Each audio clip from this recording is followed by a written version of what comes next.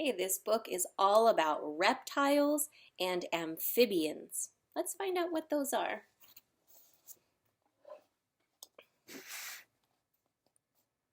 What is a reptile? How is a snake like a turtle? How is an alligator like a lizard? They're all reptiles. Reptile is a cold-blooded animal with dry, scaly skin. Crocodiles and tautara lizards are reptiles too. These scaly animals, they might look slimy, but in fact, their skin is dry. Most reptiles have scales. Most lay eggs too. All reptiles breathe air like you. Many reptiles have 4 legs. Which reptiles have no legs? Well, let's see. A crocodile has legs. A lizard has legs. A turtle has legs. A snake does not have legs. It is a reptile without legs. Oh, baby reptiles. Most reptiles lay eggs. This is part of the reptile life cycle. The egg protects the baby inside. Most reptiles lay their eggs in a nest or hole. Many reptiles like snakes and lizards and many reptiles like snakes and lizards leave. The eggs hatch on their own. So here's the life cycle. They start out as an egg, and then they turn into a baby, and then they turn into a big grown-up. Crocodiles and alligators are different. They guard their eyes day and night. Most alligators stay with their babies. They help them find food. Babies leave their mother when they are 2 or 3 years old. Do you see right here? There is a baby crocodile on top of his mama. Armed for action. Like fish, many reptiles have scales. Scales protect their skin and keep reptiles from getting hurt. Scales keep the skin from getting dry. This helps reptiles live in hot places like the desert. Turtles and tortoises have hard shells. These are made of scales too. Did you know that? His shell is also made of scales. Sometimes reptiles shed their scales. Then they grow new scales. A snake sheds all of its scales at the same time. It might be hard to see, but do you see up here and down below? He's shedding his old scales so he can grow new ones. Let's see. This is just an activity that you can do. It says, talk like a scientist. A reptile's scales protect its body. What protects your body? What's on the outside of our body? Skin. Skin protects our body, huh? What is an amphibian? A slick, smooth salamander is an amphibian. So are frogs and toads. Here's a red salamander, and here's a green frog. They have something special in common. Amphibians spend part of their lives in water. They spend the other part on land. They are born with gills like fish. When they are older, they have lungs. Then they breathe air, just like you do. But amphibians have another trick. They breathe through their skin, too. Oh my goodness, I didn't know that. They breathe through their skin. Interesting. Water babies. Most amphibians are born in the water. The mother lays eggs. A larva hatches from the egg.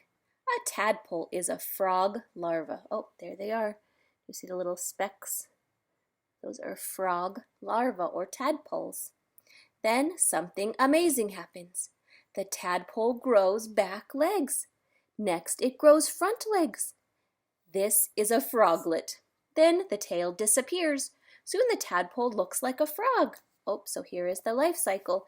They start out as an egg, and then they become a tadpole. Then they have the legs, and they become a little froglet, and then a young frog, and then a grown-up frog. So that's how they start, from egg all the way till a big frog. Land and water homes. Amphibians love water. This is their first home. They have gills when they are born. Gills let them breathe underwater. The Mexican salamander has unusual gills. They look like a scarf. Oh, it does. See around here his gills? They look like a red scarf around his neck. Most amphibians lose their gills. They don't need them. They live on land when they grow up. So look, he doesn't have any gills anymore. He doesn't need them. He breathes air now. On land, they breathe air. Then they need lungs. They still like to swim. Now they must come up for air just like you. They have to hold their breath. Look at this life cycle. Egg, tadpole, froglet, grown up. Staying alive. Predators are hunters. They eat other animals like reptiles and amphibians. How do reptiles and amphibians stay safe? A coral snake has poison in its fangs. It's very colorful too. The colors are a message. They say, stay away. Red, this is poisonous. Stay away from me. A green tree frog hides in leaves. Other animals cannot see it. Can you?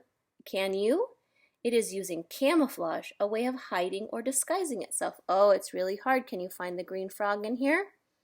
There he is, right there, hiding in the plant. He's the same color as the leaf, so he's camouflaged. A frilled lizard uses its body to stay safe. It spreads its skin, then it opens its mouth wide. This makes it look big and scary. Oh my goodness, see these big frills on the outside of its neck? It opens them really big and opens his mouth to scare the other animals away. Super hunters. Snap! A crocodile has its prey. Sss! A snake spots its lunch. Reptiles and amphibians are good hunters. Most eat insects, fish, and small animals, like mice. Can you smell with your tongue? I can't smell with my tongue. Many reptiles do just that. They flick out their tongues in the air. Then they smell many foods nearby. Oh, so maybe he's smelling something. He has his tongue out. Frogs have long, sticky tongues. They snatch up insects in a flash. Oh, he's hungry. It looks like he's going to have a little fly snack. Weird and wonderful. A flying dragon. A lizard that changes colors. Reptiles and amphibians do something amazing. Many adapt to their homes. Adapt means to change in order to live in a certain place. The Draco lizard is also called a flying dragon. Oh, there he is. Do you see the Draco? It has flaps of skin that look like wings. It can glide around the treetops. The chameleon changes its color. It does not do this to hide. It changes if it's hot or cold. It changes if there is sun. It also changes if it is scared. Oh, he's multicolored right now. Look, his head is kind of red, but then his body is a blue and green and orange. Oh, here are some smart words. Here are some different kinds of snakes. This is called a viper. Ooh, here's a rattlesnake. Here's an emerald tree boa. And here's a coral pipe snake. A place to live. Reptiles and amphibians like both land and water. They don't like very cold places. You won't find them at the North Pole. Most reptiles like to live in warm, dry places, like the desert. Some of the world's largest deserts are in Africa, Asia, and the Middle East. When it's too hot, these sun-loving creatures shelter under the rocks. They might use their sharp claws to dig a burrow to stay cool. So here's the sand lizard in a rocky burrow. And here's a ground agama and its burrow. So look, he dug a hole, maybe to keep cool. Amphibians like damp places. They live in ponds and the rainforest. Amphibians must keep their skin wet. This keeps them alive. So we say reptiles are dry and amphibians have wet skin. Some like it hot. How do your hands feel if you play in the snow without gloves? Ooh, cold. How about your breath? It's warm. Even when your skin is cool, your body inside is warm. Your insides stay the same temperature all the time. Reptiles and amphibians are different. They're cold-blooded. Cold-blooded means having a body temperature that depends on the temperature outside. Being cold-blooded doesn't mean that reptiles and amphibians like the cold. In fact, they love the sun. Their body temperature depends on the temperature outside.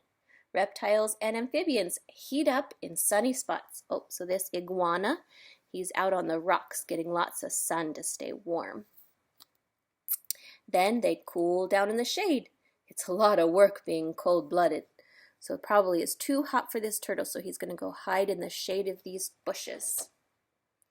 And that's it. That's the end of our book, Reptiles and Amphibians. Hope you learned a lot about amphibians and reptiles. Bye!